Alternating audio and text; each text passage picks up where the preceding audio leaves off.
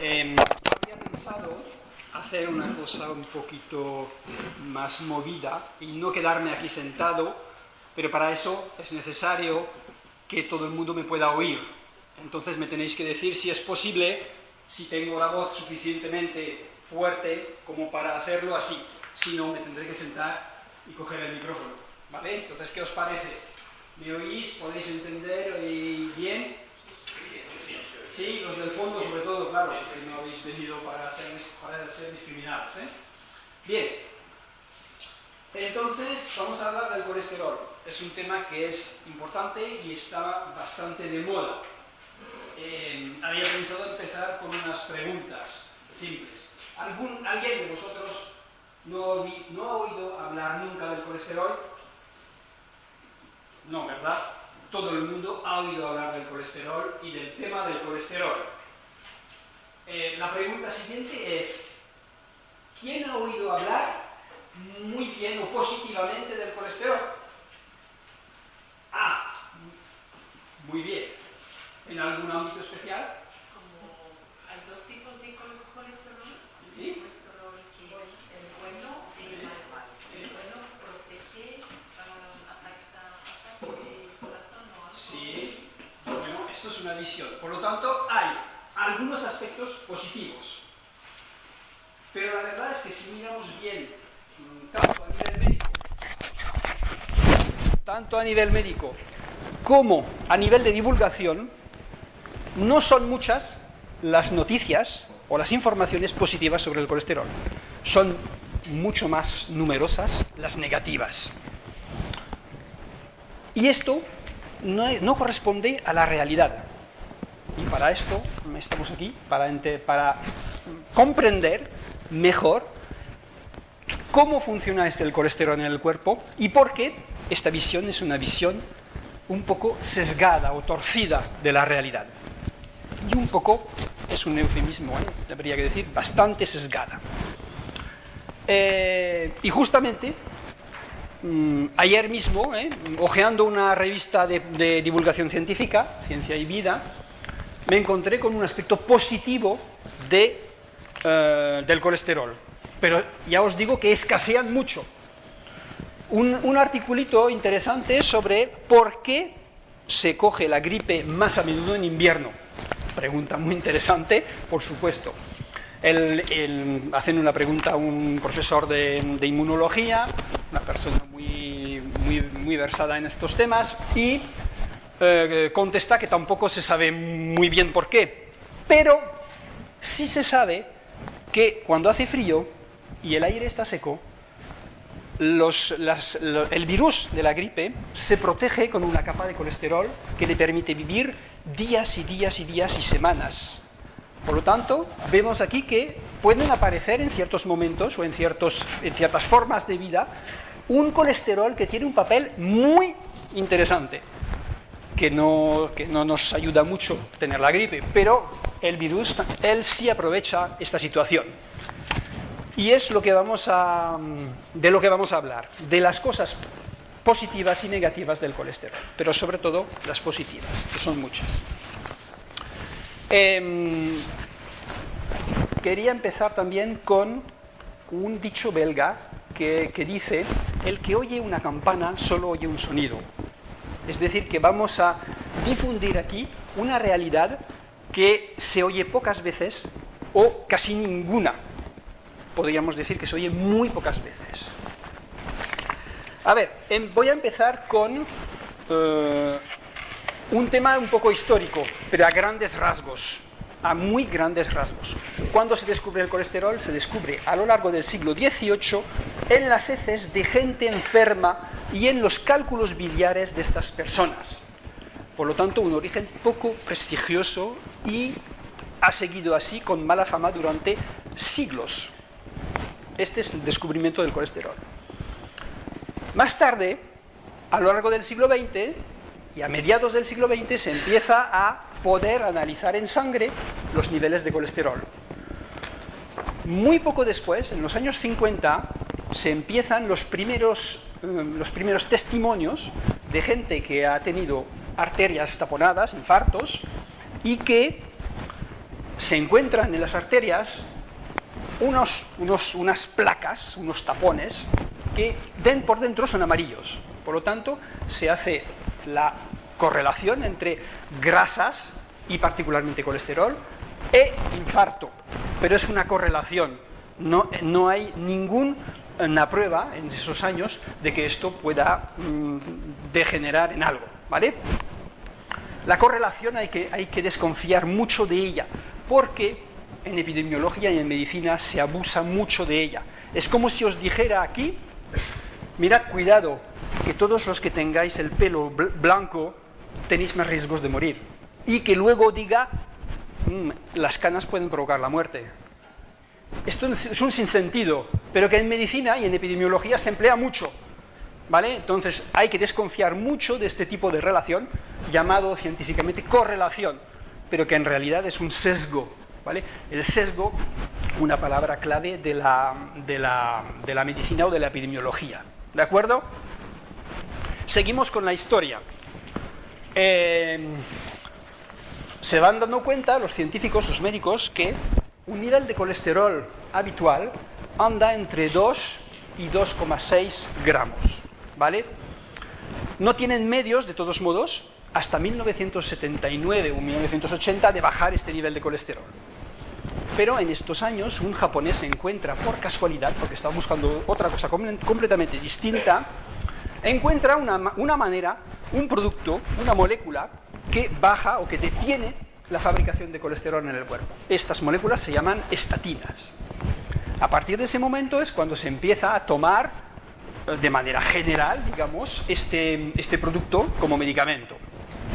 Y empieza una serie de promociones de estos medicamentos.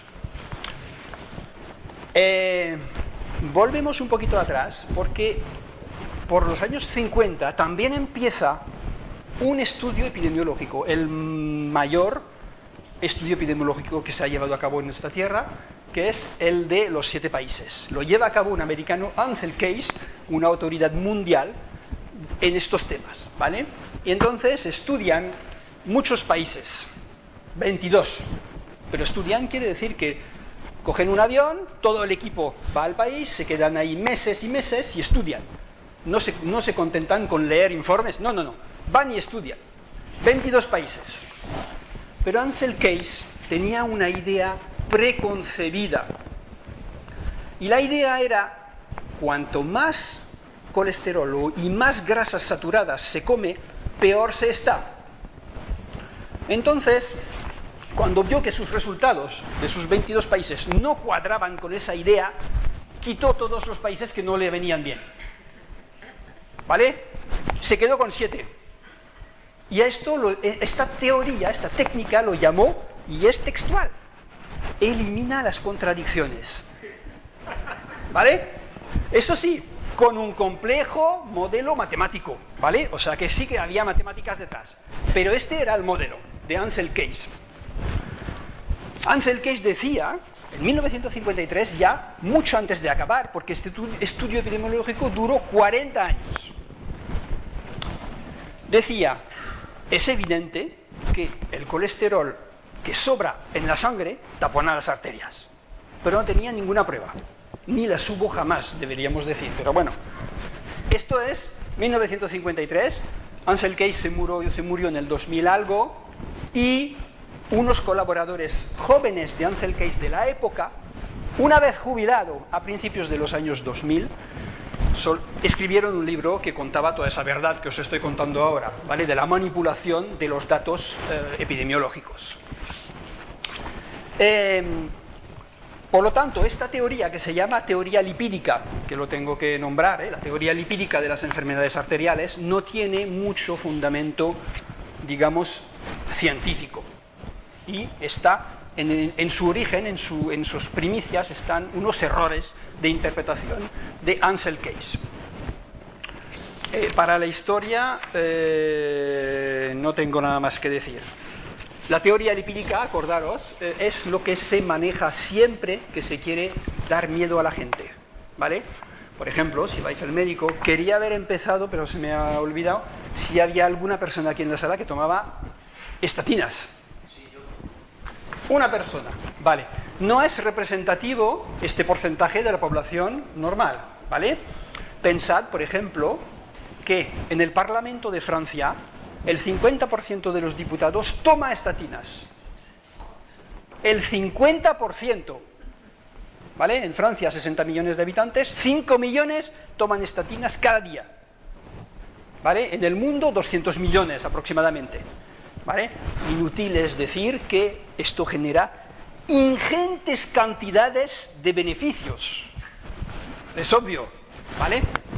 Yo he dejado de contar, porque yo tampoco puedo contar en billones, no me da la capacidad económica sobre todo, pero son billones y billones. Bien, esto es lo que ocurre. Por lo tanto, de una población de entre 50 o 45 y 75 años aproximadamente, más de la mitad deberían tomar estatinas según criterios médicos actuales, ¿vale? No es el caso, por eso decía que no es representativo, una persona de este grupo no es representativo, ¿vale?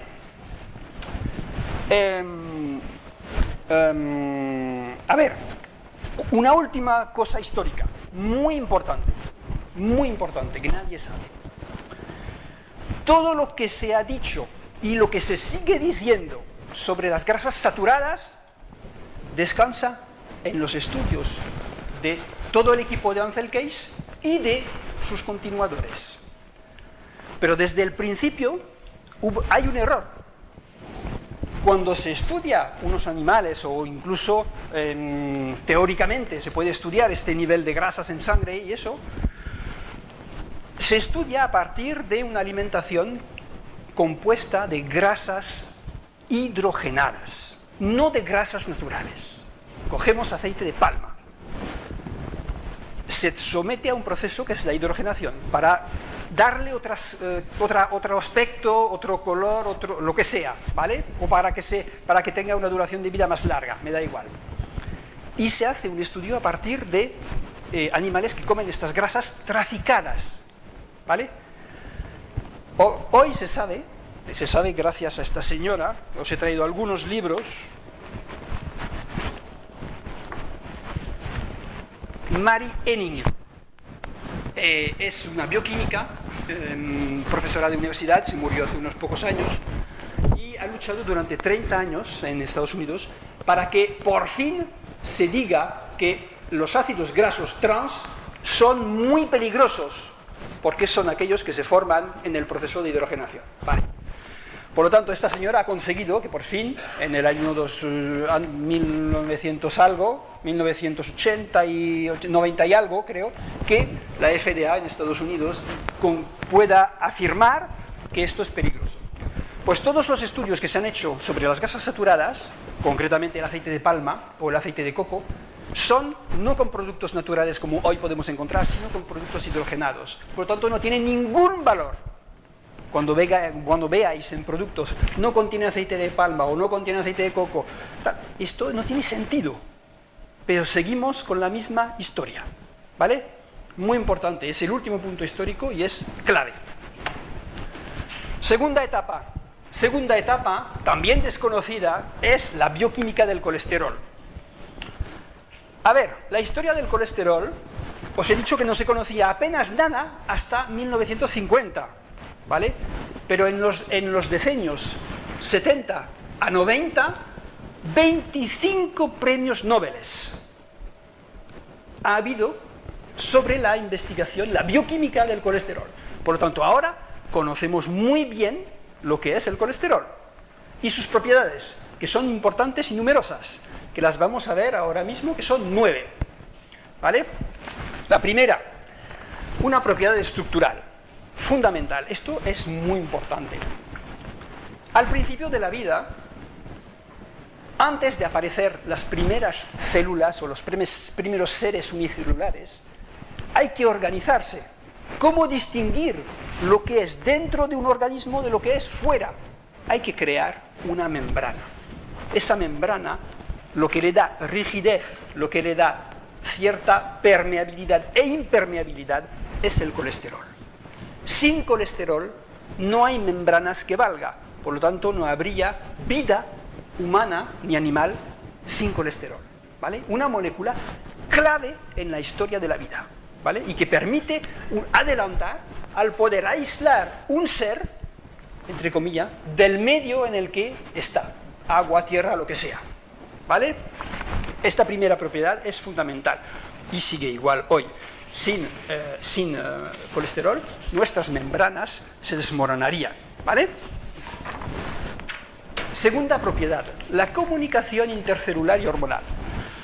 Esto, muy simplificado, es una célula comunica con el resto de células gracias a unos receptores, que son como cerraduras. Cuando llega una llave que se mete en la cerradura, ocurre algo, ¿vale? Pues el colesterol es la molécula que permite que toda esta comunicación se haga. Claro, tenemos un número muy alto de células. Si no hay una buena comunicación, va a ser una anarquía. No es posible. Por lo tanto, esto es fundamental. Y luego hay otro tipo de comunicación que es hormonal. El colesterol es la base de un montón de hormonas, entre ellas la cortisona natural, la que fabricamos, sin la cual no podríamos vivir, y las hormonas sexuales. Ya veis que son hormonas importantes. La cortisona permite resistir a un estrés fuerte. Sin ella no podríamos vivir. Tercera propiedad, el transporte de ácidos grasos. Es decir, comemos grasas, pero hay que asimilarlas y transportarlas. Sin colesterol no se puede hacer esto. Primero, asimilar. Nosotros fabricamos bilis. La bilis también tiene una parte que es colesterol y que sirve luego en el intestino para asimilar las grasas. Sin esta producción óptima de bilis y de colesterol no se puede asimilar. Y el transporte. En los análisis de sangre, que todo el mundo se ha hecho, aparecen los taxis, podríamos llamar, los taxis del colesterol, ¿vale? Pues el colesterol sirve para transportar ácidos grasos o moléculas pequeñas de grasa, ¿vale? Porque claro, la grasa, las moléculas, los ácidos grasos son indispensables, hay unos cuantos que son esenciales, sin ellos no hay vida. Por lo tanto, este papel es fundamental, ¿vale? El transporte. Os he dicho dos de un golpe. Los dos que siguen, no, perdón, antes hay otra cosa que es interesante también. El colesterol es la única molécula de nuestro cuerpo eterna. El tiempo no le afecta, ni el uso. Maravilloso. Es un cristal. Es como el diamante, ¿vale? Es un cristal resistente a todo. Oxidar el colesterol es muy complicado, muy difícil, ¿vale? Lo único que pasa es que una parte de nuestro colesterol se va en las heces. Eso sí. Pero el resto se recicla de manera indefinida. Por tanto, es una molécula preciosa, que tiene mucho valor, porque el cuerpo la recicla siempre. Y ojo, otra propiedad más, fabricar el colesterol es muy costoso para el cuerpo. Ya sabéis que más o menos el 75% del colesterol nuestro viene fabricado por el cuerpo. El 25% restante es alimentación. Entonces, este colesterol necesita para su fabricación 36 etapas complicadas con enzimas específicos, ¿vale?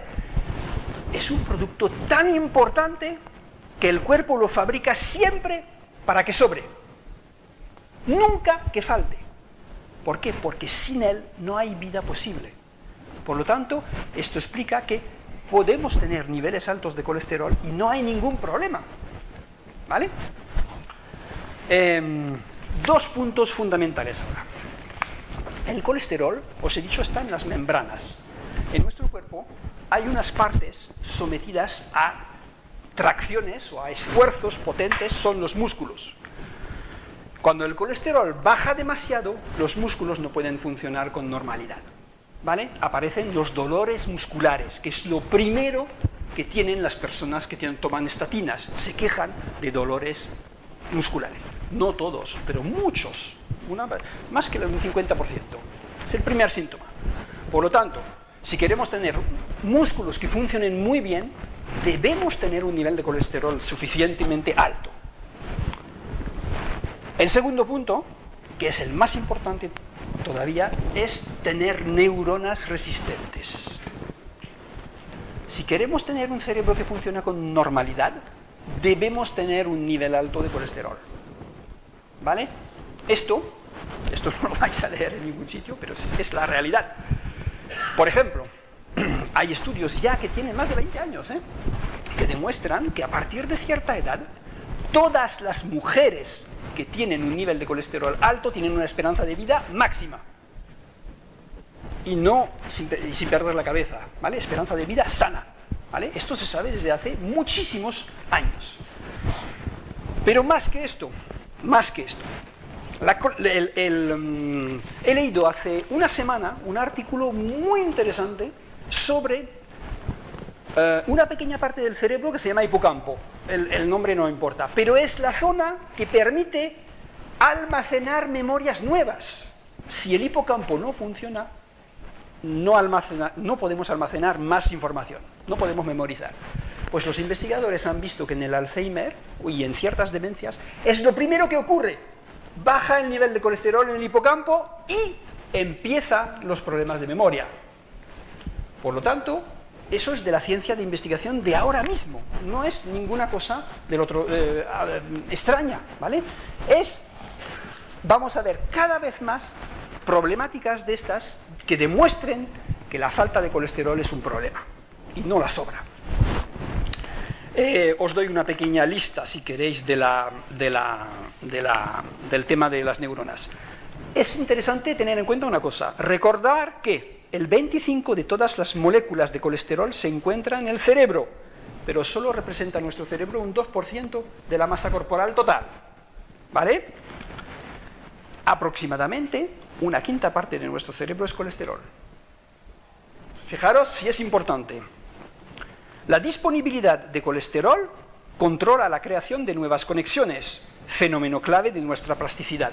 Ya sabéis que el cerebro no deja nunca de aprender, ¿vale? Esto de tener un cerebro viejo no tiene sentido, ¿vale? Lo decía una señora ahí en el curso de hace 2 semanas. No, es que mi cerebro es viejo. No, esto no tiene sentido. No hay cerebros viejos. El cerebro tiene una plasticidad permanente hasta la muerte, ¿vale? Y aprenderá siempre. Si lo cuidas bien y si lo entrenas a aprender, seguirá aprendiendo hasta la muerte, ¿vale? Por lo tanto, esto sin colesterol es imposible, ¿vale? La memoria, la atención, todos estos fenómenos son fenómenos que dependen en gran parte del colesterol, como molécula clave de nuestra resistencia neuronal. Seguimos, creo que me falta una o dos.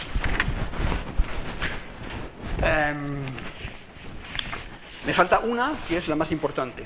Esta es la más técnica, por eso no voy a detenerme demasiado en ella. Es la biosíntesis del colesterol. Ahí están los 25 premios Nobel que ha habido en el siglo pasado sobre la bioquímica del colesterol. Resulta que para fabricar colesterol, etapas tras etapas, hay unas líneas que se separan. Hay una que sigue haciendo colesterol y otra que hace otros productos. Mevalonato, pero es igual.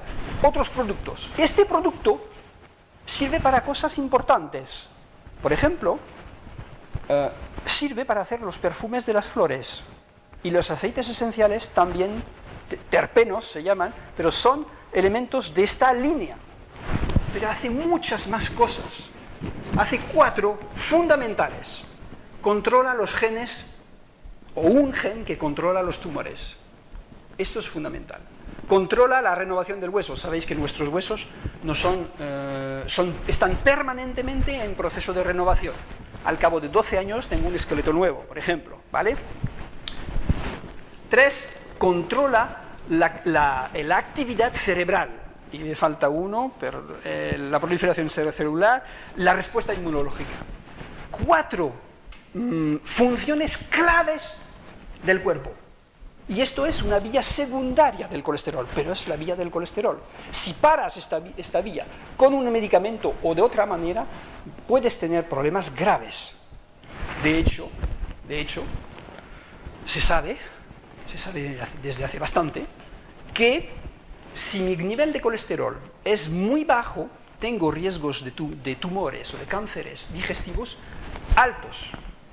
Cuanto más bajo o cuanto menos colesterol en el tracto digestivo, más riesgo de cánceres digestivo tengo, ¿vale? Esto se sabe, es una realidad. Pero es que puede ser otra realidad, porque hay un tema aquí que no voy a abordar, que es el tema de los ensayos clínicos o los ensayos epidemiológicos. Las estatinas, claro, bajan el colesterol, esto es evidente, pero también no mejoran la esperanza de vida, porque la esperanza de vida baja a causa de otros problemas, por ejemplo, más cánceres o tumores, menos respuesta inmunológica, menos defensas, ¿vale? Pero entendemos por qué, porque aquí hemos bloqueado la vía de los melabonatos, y esto es fundamental para el cuerpo, ¿vale? Esto es, en resumen, toda la bioquímica del colesterol. Esto se enseña, por lo menos en Francia, en el primer año de medicina, pero después no se vuelve a hablar de ello, ¿vale? Entonces, al cabo de 7 u 8 años, muchos médicos han olvidado totalmente esta bioquímica del colesterol, ¿vale? Y es fundamental, porque es el pilar de la vida, ¿de acuerdo? Seguimos. Vamos a hablar un poquito de la enfermedad arterial. Claro, porque el argumento que oímos todos es mucho colesterol, los riesgos aumentan a nivel arterial. Repito, esto no descansa en ninguna realidad, ¿vale? El primero que lo demostró fue un investigador de lo que sería el CSIC si fuera español, pero se llama de otra manera porque es en Francia. Se llama Michel Delorme. Este hombre publicó, es la primera luz de esperanza de la epidemiología para los enfermos del corazón y de las arterias. Él demostró, en varios estudios, que se puede reducir la mortandad en un 70% solo con una dieta, ¿vale? Por eso es mundialmente famoso, a lo mejor aquí nadie lo conoce, pero es mundialmente famoso. En Francia no, porque está mal visto el hombre, porque molesta lo que dice, pero en Estados Unidos lo tienen como una autoridad, ¿vale? Ha publicado un montón de libros y muchísimas investigaciones, pero el estudio suyo que más peso tiene es el estudio de Lyon, la ciudad de Lyon, en el que demostró que con 2 años de dieta podía invertir totalmente las defunciones, ¿vale? Solo con una dieta. Ese es el creador de la teoría moderna, no la tradicional, de la dieta mediterránea, ¿vale? Entonces, aquí hay un libro muy interesante cuyo título es "Dígale a su médico que el colesterol es inocente y le tratará con otra cosa que con medicamentos", por ejemplo, ¿vale? Luego tiene uno que está muy bien, "Colesterol, mentira y propaganda", que desmonta toda la propagandística de las multinacionales farmacéuticas. Es tremendo. Y tiene 2 más, solo he traído este, "Prevenir el infarto" y los ictus cerebrales, ¿vale? Y el último es sobre la dieta mediterránea, ¿vale? Pero que sepáis que este es una autoridad y es el primero que ha dado esperanza de verdad a la gente, ¿vale? Porque los casos de personas después de un infarto, después de un accidente cerebrovascular, que siguen la dieta recomendada por las autoridades y se van muriendo, eso es un drama, ¿vale? Entonces, este hombre, después de vivirlo, porque claro, también es médico de hospital, dijo, esto no es posible, hay que intentar buscar una solución. Entonces, lo primero que estudiaron fueron las dietas de Japón, vieron que esto no se adaptaba muy bien a la realidad europea y dijeron, seguramente que vamos a encontrar algo por aquí. Fueron a Grecia y allí encontraron un modelo que llamaron Mediterráneo, ¿vale? Y ese modelo es el que permite salvar muchas vidas. Bien. Entonces, volvemos a hablar un poco de la enfermedad arterial. La pregunta es, si no es el colesterol, ¿qué es lo que enferma a la gente? Es obvio, porque algo los enfermará. Entonces hay varias respuestas. La primera que se sabe desde hace muchos decenios es el tabaco, ¿vale? Imaginar un mueble que acabáis de comprar, fino como el coral, ¿vale? Se pasa la mano porque hay un barniz, está muy bien pulido, perfecto. Pues cogéis una lija de esas gordas del 40, por ejemplo, ¿vale? Y la pasas en el mueble. Esto hace el tabaco en las arterias, ¿vale? Las arterias por dentro tienen una capa fina que es como el coral. Se llama el endotelio, tiene que resbalar la sangre, porque claro, la sangre hace falta por todas partes. Pues el tabaco hace así, ¿vale? Esto se sabe desde hace muchos años. Hay gente aún así se puede vivir. Yo he conocido una señora de 70 años que había fumado toda la vida bastante y a los 70 años, ¡bing!, infarto y tal, y el cirujano le dijo 50 años de tabaco, ¡bing!, es esto. Vale, tuvo suerte de no tener otro cáncer o tener otras cosas, pero esto es una realidad sabida desde siempre, desde hace mucho tiempo. Pero no es esto lo que me interesa. Lo que me interesa es otras causas menos conocidas. Y la primera es la hipótesis traumática. No la traumática de golpes, no. La traumática de que somos bípedos y que el corazón está aquí y la cabeza aquí. Y tiene que subir la sangre a la cabeza, porque bajar puede bajar, pero subir tiene que subir. Y esto exige un esfuerzo y una presión. Y los golpes, cuando los hay, siempre están en los mismos lugares. Si yo me hago una herida en la piel, se curará sin dejar huella. Pero si al poco rato hago otra en el mismo sitio, acabaré creando una cicatriz. Es exactamente lo que parece ocurrir en el cuerpo. En determinados lugares sensibles puede haber traumatismos repetitivos. Y esto podría crear capas y capas de cicatrización, como si fuera una costra y después otra costra encima y otra costra encima, y acaba habiendo una costra gorda. ¿Por qué en esas costras de nuestras arterias hay un poco de colesterol? Porque os he dicho antes, es una energía la grasa, y el colesterol es el transportador, el taxi. Por lo tanto, las células que hacen la costra necesitan energía, por lo tanto van captando moléculas de colesterol. Aproximadamente en una placa, se llama placa de ateroma, pero vamos, es igual, hay un 10% de colesterol. Pero este colesterol no es la causa de la placa, es simplemente que se ha encontrado aquí como parte del proceso de cicatrización y de recuperación. ¿Vale? Esto es la primera hipótesis, la hipótesis traumática. Segunda hipótesis, la hipótesis infecciosa. Aquí os va a resultar sorprendente, sobre todo si no habéis leído prensa científica en años, ¿vale? Resulta que no es como se creía. Tienes una infección, tomas un antibiótico, se va la infección y ya está, estás curado. No es así, ¿vale? Hay todo un sistema de una gran complejidad que viene todo del intestino, ¿vale? Por ejemplo, noticia de la ciencia de hace un par de meses, y por una vez española. En el Centro Severo Ochoa de Madrid han hecho un estudio muy profundo sobre el Alzheimer y han encontrado, y han sido los primeros, han encontrado que todas las personas, todos los cerebros, de las personas muertas de Alzheimer que han estudiado, tenían hongos. Hongos. Todas. Una infección por hongos. Y los testigos, porque ya sabéis que se hace testigo sano, nunca. Por lo tanto, va a cambiar de aquí a nada toda nuestra perspectiva de las enfermedades mentales. Ocurre lo mismo con el Parkinson. Resulta que el Parkinson empieza primero aquí, ¿vale? Y esto está demostrado ya hace 2 años, ¿vale? Por lo tanto, todo esto va a cambiar. Para lo que nos interesa de las arterias, pues parece ser que se produce una infección en un punto de una arteria, como un furúnculo. Igual, cuando revienta el furúnculo y el pus se va por la sangre, por las arterias, el cuerpo inmediatamente intenta taponar esta herida y crea una placa. Después la placa puede crecer y estamos otra vez con la placa de ateroma. Esto sería la segunda hipótesis infecciosa. Tercera hipótesis, la dietética. Hablo de hipótesis, aunque veis que hay cierta realidad ya, ¿eh? Tercera hipótesis es la hipótesis dietética. Lo que se recomienda es comer menos grasa y comer más hidrato de carbono. Este tipo de dieta es el que favorece los infartos. Mucho glúcido, mucho hidrato de carbono y poca grasa es el camino más seguro para el infarto. Y eso es lo contrario de lo que nos dicen las instituciones, los médicos y las sociedades sabias del mundo entero. Lo que hay que saber es que las sociedades sabias están todas pagadas por la industria farmacéutica.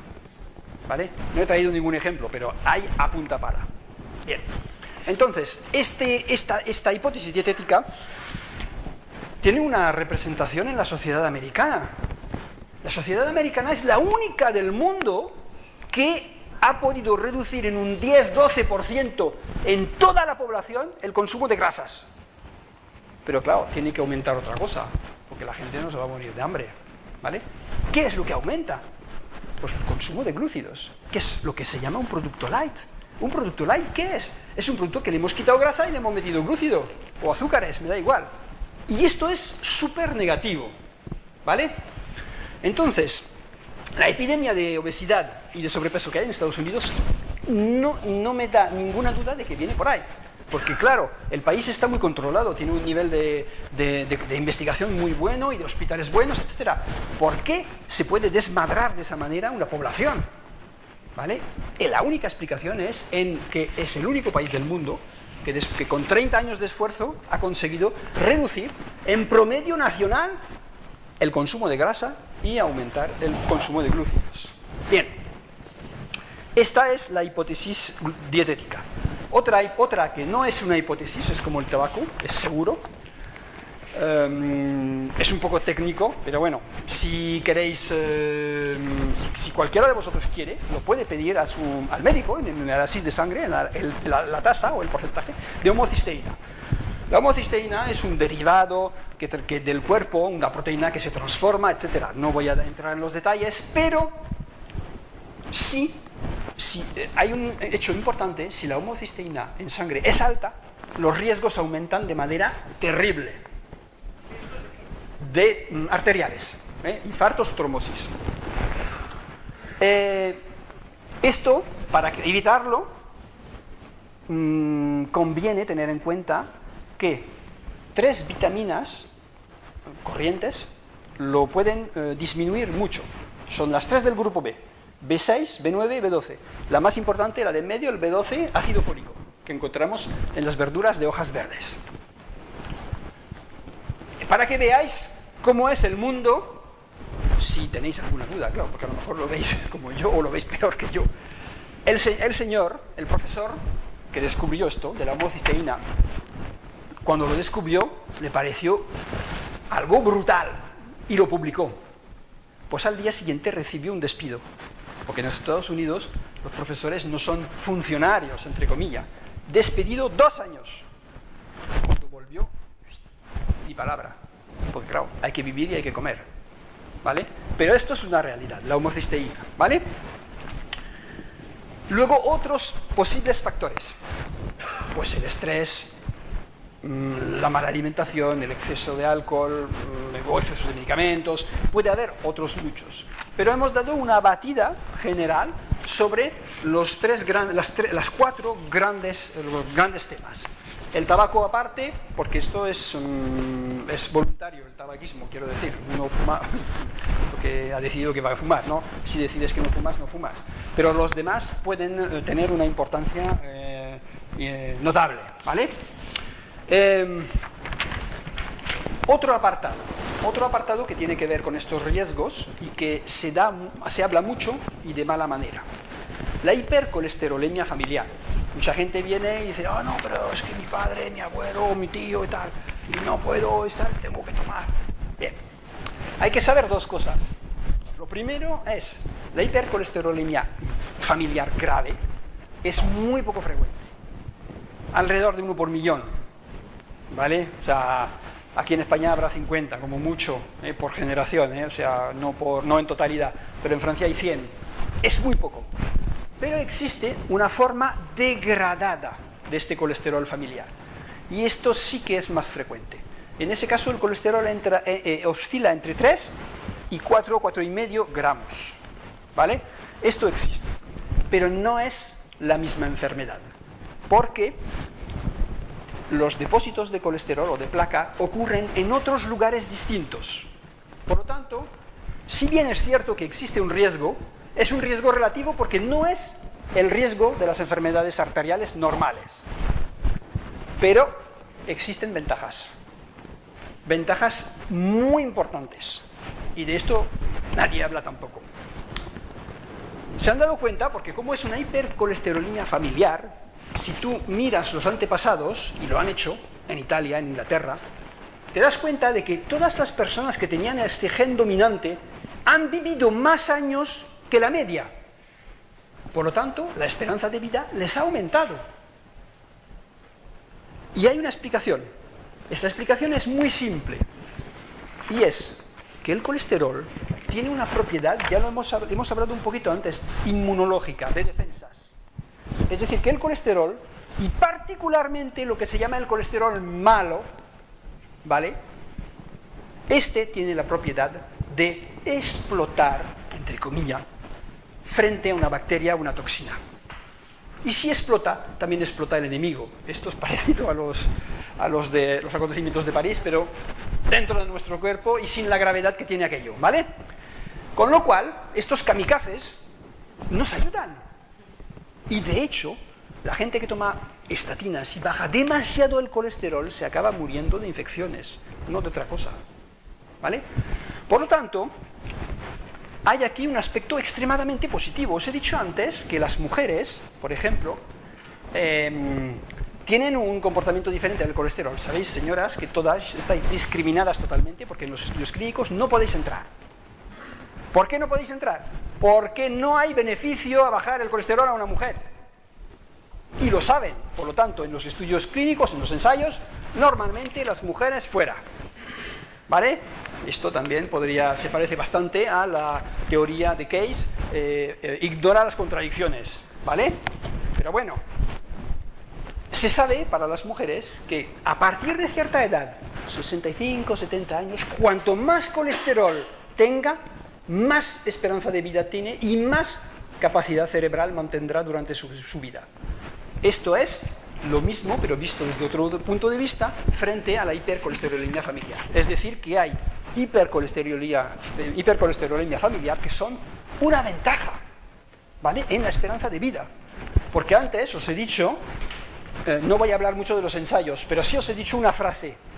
En los ensayos clínicos, el colesterol baja, pero la mortandad sube. ¿Por qué? Porque se mueren antes de otras cosas. Esa es la realidad, ¿vale? Entonces, esta hipercolesterolemia familiar puede en ocasiones resultar una gran ventaja. ¿De acuerdo? Otro apartado. Vamos a hablar de las estatinas un poquito, ¿vale? Espera, me he equivocado. Las estatinas. Ya he hablado un poquito de ellas. Las estatinas, descubiertas en 1979 por el japonés este que buscaba otra cosa, han hecho la fortuna de los laboratorios, esto es evidente. Y bajan el colesterol, efectivamente, pero hemos visto la cantidad de riesgos que esto entraña, que son descomunales. Bien. Aparte de mermar la esperanza de vida. ¿Qué es lo que pasa normalmente con la gente que toma estatinas? Pues hay consecuencias leves, menos leves y graves. De las graves, que son un poco numerosas, no voy a decir nada. Pero las habituales son dolores musculares. Claro, gente, os he dicho, de entre 45 y 75 años. Gente que empieza a tener ya dolores. Y dice, pues si ya, pues eso, tengo dolores, la edad, no pasa nada, no me puedo mover. Pero no es esto, es la estatina. Porque cuando dejan la estatina, oye, que me muevo con normalidad, que no me duelen los músculos, que puedo andar, puedo ir a correr. Esto es fantástico. Hay gente que ha vuelto a jugar al fútbol, al tenis, al golf, después de dejar las estatinas. Esta es la primera consecuencia. La segunda, la cabeza, la memoria. La gente se queja de atontamiento, de pérdida de capacidad de atención. Claro, se quejan más aquellas personas que son activas intelectualmente, ¿vale? O que tienen un trabajo intelectual, pero se quejan mucho. Y cuando dejan las estatinas van mucho mejor. De hecho, en las estadísticas hay alrededor de un 15% de gente que deja las estatinas, ¿vale?, al cabo de cierto tiempo. 15% no es mucho, pero en 5 millones, por ejemplo, solo en un país, es mucha gente, ¿vale? Entonces, el tercer elemento de queja de la gente que toma estatinas es la actividad sexual cayendo para abajo. Y la gente tampoco es que se queje mucho. Oh, es la edad, no sé qué, pues ya no puedo, pues oye, me aguanto, ¿vale? Pero esto, porque claro, hay estudios que lo demuestran, al cabo de 3 semanas de dejar la estatina, vuelve. y resulta que no era la edad. No era la edad. Bien. Por lo tanto, la problemática de las estatinas es una problemática compleja en la que ha habido al principio, un error de interpretación. Y los médicos, con buena fe, han seguido creyendo una realidad que no existía. Y después, aproximadamente a partir de los años 80 hasta ahora, la industria farmacéutica ha transformado este error en la gallina de los huevos de oro, ¿vale? Y lo ha hecho de una manera admirable, en el sentido de que es perfecto. La máquina funciona de manera perfecta, ¿vale? Y esto hay que reconocerlo. La gente que hace esto sabe cómo hacerlo y lo hace a la perfección, pero no deja de ser una equivocación. No corresponde a la realidad y a la patología ni a la biología, pero hay que reconocer que funciona bien lo que hacen ellos. Una última palabra sobre los ensayos clínicos. Un ensayo clínico cuesta $500 millones como mínimo, el más barato. Para una empresa, para una multinacional, es dinero. No digo que es mucho y que si lo pierden no pasa nada, pero es mucho dinero. Por lo tanto, imaginar que una empresa coge $500 millones en un estudio, en un ensayo, y que el ensayo sale negativo, que hay que parar el medicamento. La pérdida es brutal, porque has perdido 500 millones y has perdido todos los beneficios del medicamento. Entonces no puede ser. ¿Qué es lo que hacen? Pues sacan un beneficio, aunque sea el dedo del pie, me da igual, pero lo sacan. Y esto es lo que ocurre en las publicaciones científicas. El problema de las publicaciones científicas es que hay que tener una costumbre bestial para leerlos, ¿vale? Y hay que tener conocimientos matemáticos y estadísticos muy altos. El profesor Even, os he traído el libro. Un señor que no tiene pelos en la lengua, tiene 70 y pico años, ha sido profesor de cardiología, de neumología y de epidemiología. ¿Por qué no tiene pelos en la lengua? Porque ha publicado un libro así gordo que se llama Los 4.000 medicamentos inútiles que hay en las farmacias. ¡Escándalo, padre! ¡Claro! Pero es que los hay. Hay miles de medicamentos inútiles en las farmacias. O peligrosos, que es peor todavía. Total que cuando usted empezó a atender un poco las historias sobre el colesterol, dijo, voy a estudiarlo. Y lo estudia y publica un libro. Demoledor. Total que no me acuerdo por qué os hablaba de este señor, pero es igual. Ha decidido, lo tenéis en internet, si entendéis francés lo podéis escuchar, ha decidido no publicar más libros, sino publicar charlas en internet que están en YouTube. Son geniales estas charlas, ¿vale? Geniales. Se aprende un montón de cosas, ¿eh? Y esto es lo que él es el que ha hecho, por ejemplo, porque sabéis que hay unidades de farmacovigilancia y toda la copla en los hospitales y en los ministerios de sanidad, pero esto no funciona muy bien. Él ha creado una red de vigilancia y se ha dado cuenta de que la realidad de los efectos secundarios de las estatinas es muy fuerte, mucho más de lo que parece. Entonces, os he dicho, la historia o la saga de las estatinas se está acabando ya. ¿Por qué se está acabando? Por dos motivos simples. El primero, una patente dura 20 años. Cuando acaba esos 20 años pasa al dominio público y ya no trae dinero. Por lo tanto, el laboratorio no va a fabricar más esto para tener que venderlo a 3 euros la caja. No me interesa. Lo dejo en el dominio público, que lo fabrique quien sea. Y me busco otra cosa que lo sustituya. Y así es como ha habido, creo que 6 generaciones de estatinas en los laboratorios y en las farmacias. Pero ahora se está acabando también esto. Entonces, porque os he dicho, estas personas de los laboratorios son extremadamente listas, y hay que reconocerlo, y también oyen a la gente, y a la gente como todos estos de los cuales he hablado y los que no he mencionado, y dicen, vamos a cambiar de estrategia. Entonces la estrategia que viene es la siguiente. Sí, van a decir, sí, no, es que no lo hemos empleado bien esto de las estatinas, no, se lo hemos dado a demasiada gente, hay que cambiar, ¿eh? Realmente no era lo bueno, no. Vamos a ver las personas que son de riesgo máximo, y a estos les vamos a dar un medicamento de nueva generación. Ah, pero es que este es caro de fabricar. No es verdad, ¿eh? No es verdad. Se lo vamos a dar a menos gente, pero es muy caro de fabricar. 50 euros al día. Ay, es caro, pero es que la Seguridad Social lo tiene que pagar porque es para todo el mundo. Lo tiene que pagar. Y esto es lo que viene de aquí a 5 años. ¿Vale? Y lo denuncia el profesor Eben. De aquí a 5 años va a haber esta evolución. No, no, no, tanta gente a tratar, no, no es bueno. No hay rentabilidad directa. Vamos a tratar a aquellas personas que son de riesgo máximo con medicamentos ultra sofisticados. Y como son ultra sofisticados, son ultra caros. Porque 50 euros día, multiplicar por 12 meses de la marinera, ¿vale? Pero es la estrategia de la empresa farmacéutica. Bien. Un último detalle sobre las estatinas. Las estatinas, os he dicho, 3 grandes focos de consecuencia. Y un último, menor, pero también muy interesante. Se sospecha que las enfermedades extrañas del ojo tienen que ver con las estatinas, particularmente la degenerencia macular, que es una enfermedad muy puñetera y que crea muchos problemas y acaba en ceguera, ¿vale? Hay varias dudas acerca de este nivel oftalmológico, ¿vale? Pero esto solo para nombrarlo. Conclusiones acerca del tema de los medicamentos anticolesterol. Solo he nombrado las estatinas, pero hay más familias, menores. Los fibratos, que se dejan de emplear, y otras más que han venido después, que se emplean menos todavía, ¿vale? La gran familia es la familia de las estatinas. La mayoría de los fármacos que bajan el colesterol son peligrosos, principalmente porque acortan la esperanza de vida.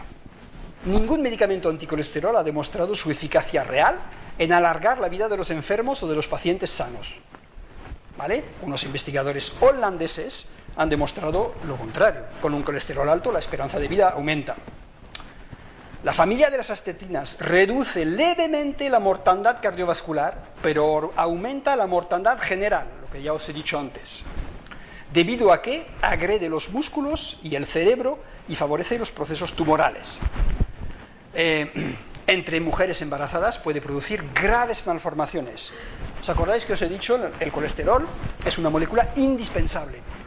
Por debajo de 1 gramo de colesterol no hay vida posible. Por debajo de 1,4 hay graves riesgos. Entre 1,5 y 1,8 depende de la gente, pero hay gente que empieza a estar mal, ¿vale? Y una frase que no os he citado al principio es que los americanos llevan como 20 años diciendo que cuanto más bajo el colesterol, mejor. Pero es que estamos ya acercándonos a los niveles peligrosos de colesterol, que es entre 1,5 y 1,8, ¿vale? Y es una zona muy, muy peligrosa, muy arriesgada. Por lo tanto, esto es para acabar el panorama de las estatinas. Seguimos las normas, es decir, que hay que andar con alrededor de 2 o un poco por debajo de 2. Con lo cual, estamos también en una zona algo peligrosa. Os he dicho al principio, se ha considerado siempre 2,1, 2,6, una zona de normalidad, ¿vale? Solo ciertas poblaciones, digamos, muy aisladas y con una alimentación muy poco variada, tienen un nivel de colesterol de 1,9, 2, pero realmente es muy especial y muy poca gente, ¿vale? La inmensa mayoría de la gente en Europa anda entre 2, 2,1 y 2,6, pero algunos tienen 2,8, 2,9 y no pasa nada, ¿vale? Hace 25 años el nivel normal de colesterol era 3 gramos, porque ha bajado, no por evidencias de que es mejor, ha bajado porque, claro, cuanto más bajas, más gente tiene que tomar medicamento o tiene que hacer dieta, que me es igual, sabiendo que la dieta no produce grandes resultados, porque el hígado produce el colesterol, ¿por qué lo necesita? Porque está en nuestros genes, ¿vale? Ahora, acabo, si queréis, con esto, las conclusiones y una historia de huevos para reírnos un poco, ¿vale? Bajar el colesterol de la manera que propone la industria farmacéutica es acortar la vida, claramente, pero también, entre paréntesis, es acortar la calidad de vida, porque resulta que si no puedo moverme, si el cerebro me empieza a fallar y si la sexualidad está cabeza abajo, la calidad de vida no es muy alta, ¿vale? La gente que tiene arteriosclerosis vive más tiempo que la gente que tiene colesterol bajo. Viven más con arteriosclerosis que con colesterol bajo. La gente que tiene colesterol bajo tiene la misma cantidad de placas escleróticas que la gente que tiene colesterol alto. No hay diferencia. Por lo tanto, la utilidad de esto, cero. Y un último apartado muy importante sobre la evolución humana. El colesterol apareció en la Tierra en un momento clave de la evolución con la aparición del peligrosísimo oxígeno, para construir estructuras resistentes para bacterias, hongos e insectos. El colesterol es el componente esencial de una vida compleja, es el resultado de un deseo de la evolución de superar ciertos límites biológicos. Es el precursor, por ejemplo, lo hemos visto, de muchas moléculas claves. Es una molécula altamente desarrollada que dopa los sistemas biológicos. Es imposible que esta molécula sea peligrosa. Imposible, biológicamente hablando. Es toda la intención del profesor Even de abrir los ojos a la gente y decir, este cuento no puede ser verdad. Y no lo es. Y termino con la historia de los huevos. ¿Por qué los huevos? Simplemente porque los huevos es el alimento que más contenido de colesterol tiene, ¿vale? Y tradicionalmente se le prohíbe a toda la gente que tiene colesterol alto, claro. La yema de huevo es particularmente útil, ya que tiene lecitina, colesterol y colina, una vitamina. Un huevo al día no tiene ningún impacto negativo, ni siquiera al cabo de decenios. El polaco Rasenkopf, que tengo el libro por aquí, este es genial, es un profesor de nefrología en Suecia. Fat and Cholesterol are good for you. Un libro genial. Una persona que tiene muchas agallas también. Este dice, demostró el error de la hipótesis lipídica comiéndose 59 huevos en 9 días y su colesterol bajó en un 11%.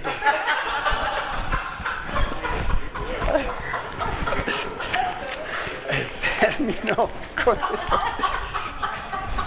Ningún científico serio puede aconsejar reducir el consumo de huevos, ya que no hay vínculos entre el colesterol nutricional y el colesterol sanguíneo.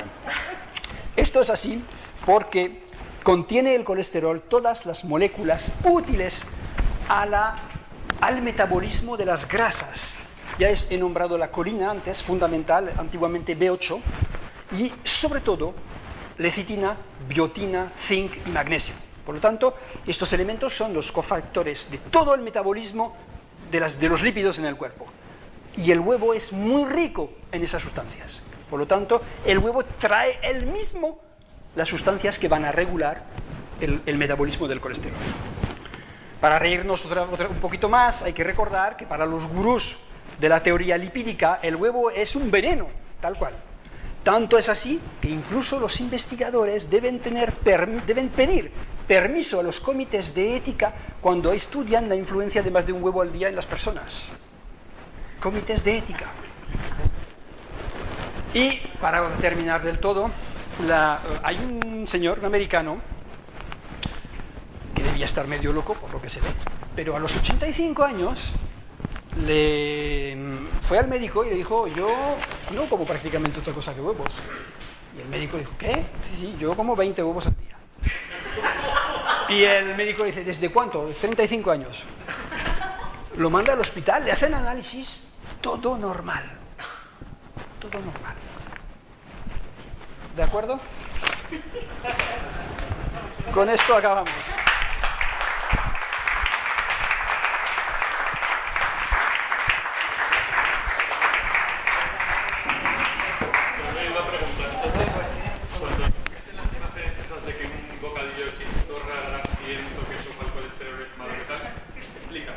A ver, hay varios temas de los que no he hablado, claro, porque todo no se puede hablar. El primero de ellos es el tema de los lípidos, de las grasas. Hoy vais a oír en todas partes que hay que tomar antioxidantes, que los antioxidantes son fundamentales y que nos ayudan a no envejecer y demás. Bien, esto es un punto de vista. Podemos decir, tenemos una vida o una alimentación oxidante, vamos a tomar antioxidantes por un tubo, como hacen los americanos, encapsulado todo, comprado en las dietéticas o en las farmacias. O vamos a pensar las cosas de otra manera, que es más interesante. Si tuviéramos una alimentación poco oxidante o nada oxidante, no haría falta tomar antioxidantes. Pues esto es lo que hay que pensar, o lo que hay que intentar hacer. De las moléculas más peligrosas son las grasas oxidadas. Lipoperóxidos se llaman. Son tan peligrosas que una de estas grasas oxidadas es un medicamento contra el cáncer. ¿Por qué? Porque cuando lo tomamos es una bomba de oxidación. Cuando llega al sitio, oxida todo lo que le rodea, ¿vale? O sea que hay un medicamento anticáncer que es un lipoperóxido. Entonces, ¿cuáles son las grasas que se oxidan con facilidad? Primero, las más poliinsaturadas. Soja, maíz, nuez, etc. Son muy frágiles. La que más, la linaza, el linolinaza. Eso es extremadamente frágil. Hay que tener mucho cuidado con ello. Menos oxidable, las monoinsaturada como el aceite de oliva. Pero tiene dos pegas, el aceite de oliva. No soporta el calor y ayuda a engordar. Tiene dos pegas, pero es el mejor aceite del mundo. Y gastronómicamente hablando, perfecto. Bien. Y aquí están las que no se oxidan. ¿Por qué no se oxidan? Porque están, el nombre lo dice, saturadas. No hay manera de oxidarlas casi. Entonces, si tenemos una alimentación que se basa no solo en poliinsaturadas, o no solo en monoinsaturadas, pero también en las malas, las saturadas, las que describen como veneno, pues entonces no tendremos tantos problemas. ¿Qué es lo que hay aquí en las saturadas? Aceites vegetales como de palma o de coco, aceites animales como grasas animales. El problema está en que, ya vuelvo a la pregunta, no hay una alimentación correcta de nuestros animales, porque lo que comen es fundamentalmente grasas poliinsaturadas. Comen soja, maíz, girasol, lo que sea, pero no es la alimentación que debiera ser. Y si la comparamos, por ejemplo, a la alimentación típica del cerdo ibérico con bellotas, muchísimo mejor. La bellota tiene un montón de ácidos grasos saturados. Estos son resistentes. Y dentro de lo que más resiste, la que más y la mejor de todas es el aceite de coco. ¿Vale? Pero para volver a la pregunta, ¿qué hacemos frente a la comida de cerdo habitual? ¿Vale? Pues tener un poquito de cuidado también, porque los animales no están de manera conveniente alimentados. Y esto, si podéis encontrar un animal alimentado de manera tradicional, sin ningún problema se puede consumir, ¿vale? Y se ha consumido toda la vida. Y os voy a dar un ejemplo histórico. Un cardiólogo muy famoso, el más famoso de Estados Unidos durante toda la primera parte del siglo XX, se llamaba Dudley White. Es el cardiólogo de Eisenhower, para que veáis que es un tío con referencias. Bien. En 1919, recibe unos alemanes que habían inventado un aparato genial, que era para mirar las arterias y medir la capacidad de las arterias. Vale. Total que esté entusiasmado, dice a todos sus colegas, estaba en el hospital universitario, venir, hay una novedad fantástica, vamos a comprarla. Cuando vieron el asunto, todos le dijeron a Dudley White, no hagas esto, si quieres enterrar tu carrera de esto, es lo mejor que puedas hacer. Porque no había en la época infartos. Un médico rural, en 60 años de trabajo, si tenía suerte encontraría un infarto.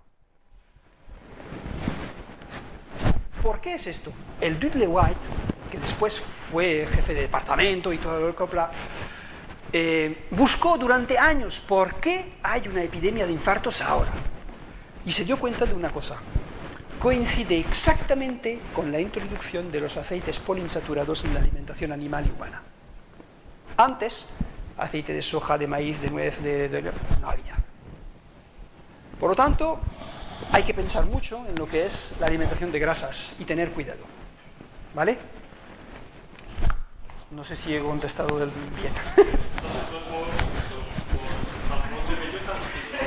Genial. También. Sí, dime. Entonces, la distinción entre colesterol bueno y colesterol malo también es mentira. Totalmente.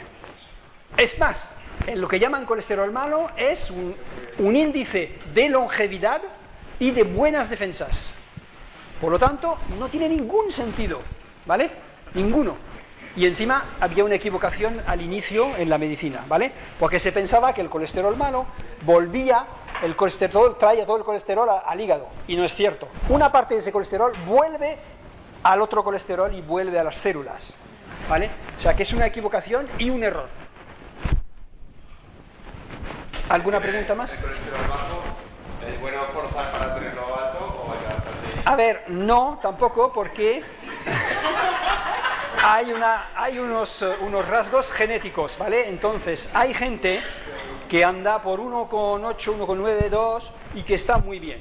Por lo tanto, no, porque os he dicho al principio, el 75% del colesterol viene fabricado por el hígado, ¿vale? Solo el 25% puede influir de la alimentación, como mucho.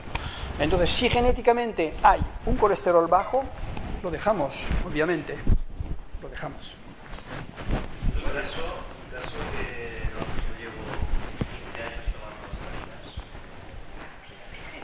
Sí.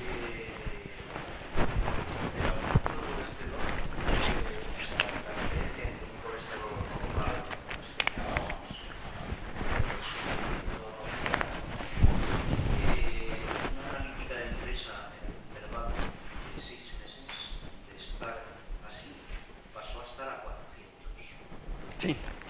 Entonces, puede ser una causa familiar, una causa emocional. Hay que preguntarse, Ese salto en 5 meses. hay que preguntarse por qué se produce un salto de esta manera. Efectivamente, ya tenemos algunos elementos de respuesta, porque sabemos que el hígado se adapta a la situación. Sabemos que el colesterol es una molécula fundamental de construcción y de comunicación y de esperanza de vida. ¿Por qué en un momento determinado va a fabricar un hígado mucho más, o unas células mucho más colesterol de lo normal? Pues lo más probable es que haya una necesidad. Esa necesidad puede ser traumática, puede ser emocional, la mayoría de las veces, ¿vale? Puede ser una problemática de estrés, etcétera. Pero si no hay ninguna problemática identificable, entonces podría ser que hubiese una enfermedad, entre comillas, del hígado, ¿vale? Pensad que la medicina, a pesar de todos sus inmensos progresos, no conoce bien el hígado. Quiero decir, cuando la medicina detecta un problema hepático, para nosotros es tarde ya. ¿Vale? Es decir, que esa problemática hepática seguramente se podía haber tratado años o quizás decenios antes. Entonces, si no hay ninguna enfermedad hepática y si no hay ninguna causa emocional o de estrés o de las identificables, hay que sospechar que está pasando algo grave, ¿vale? Pero no en términos negativos, porque el colesterol es una molécula de renovación del cuerpo y probablemente habría que esperar, volver a hacer un análisis a los 2 meses o a los 6 meses y ver si este colesterol ha bajado, y quizás haya bajado, sobre todo por las vías naturales, sin hacer nada. Si no, un colesterol a 400, hay que preguntarse por qué sigue a 400, efectivamente. ¿Eh?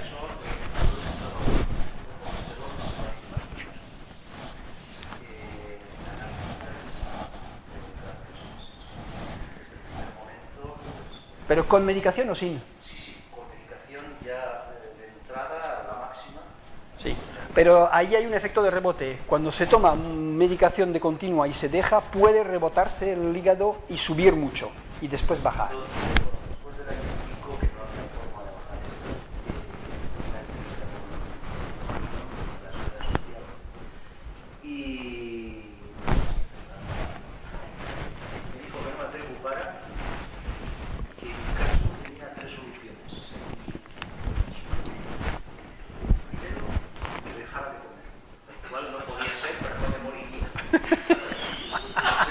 por lo menos tenía humor. Trasplante de hígado, porque claramente veía que el problema del hígado, que tampoco me recomendaba porque el hígado era fuerte, Ajá. y la otra solución es que siguiera tranquilamente, como hasta ahora, que no dejara las pastillas, eso sí, que yo no tenía ninguna otras cuestiones de riesgo, una cosa que se cruzaba, no era fumador, no estaba obeso, Vale. el azúcar estaba perfecto y que no había riesgos. Y por eso sí, que no dejara las pastillas. ¿Y con pastillas estás en 190? Sigo tomando pastillas, ha habido intervalos que ha bajado, ha subido, no he vuelto a estar a 400 después de esa época, la dieta por supuesto está complicada. Y ahora mismo estoy rondando los 200, he bajado bastante la dosis. Estoy rondando los 200 y ahora me estaba planteando después de casi 15 años. Sí. Por supuesto, la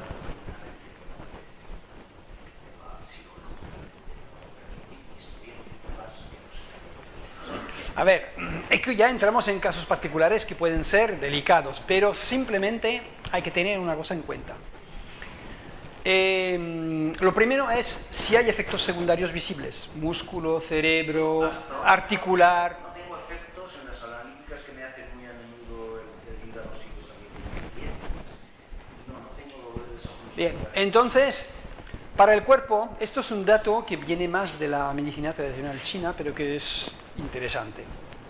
Cuando tomamos una medicación, la que sea, el cuerpo reacciona frente a esta medicación.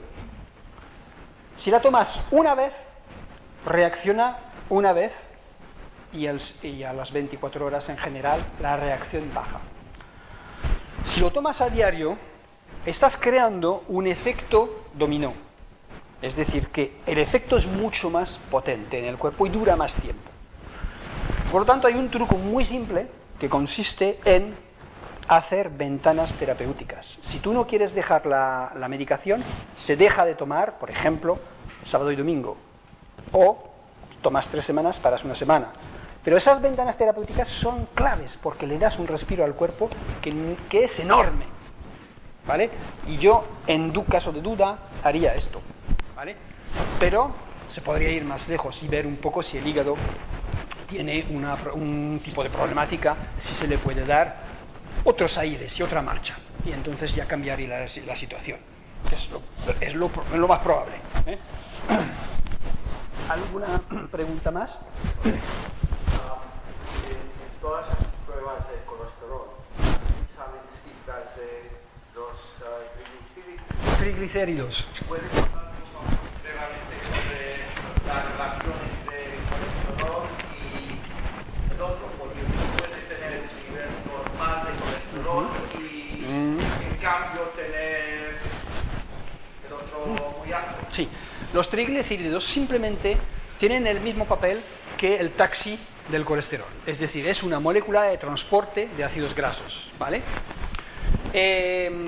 Pero unos triglicéridos altos conllevan un riesgo cardiovascular o vascular simplemente más alto. Hay un dato muy interesante y es que las personas que tienen los triglicéridos altos, en 8 casos de cada 10, si dejan de comer dulce, se regula. ¿Vale? Y esto es interesante. Y volvemos a lo que os he dicho antes. La dieta que favorece la circulación arterial y que evita muchos accidentes es una dieta que tiene ciertas cantidades de grasa y mucho menos cantidades de azúcares o de glúcidos. Esto es una clave. Y muy probablemente en muchos casos es así. Los triglicéridos después pueden subir por un descontrol en la alimentación también, ¿vale? Principalmente cuando se comen grasas de mala calidad, platos preparados o carnes o embutidos de mala calidad, etcétera, etcétera. Esto también se puede dar, ¿eh? ¿Alguna pregunta más? Pues si no hay más, hasta otra vez. Gracias.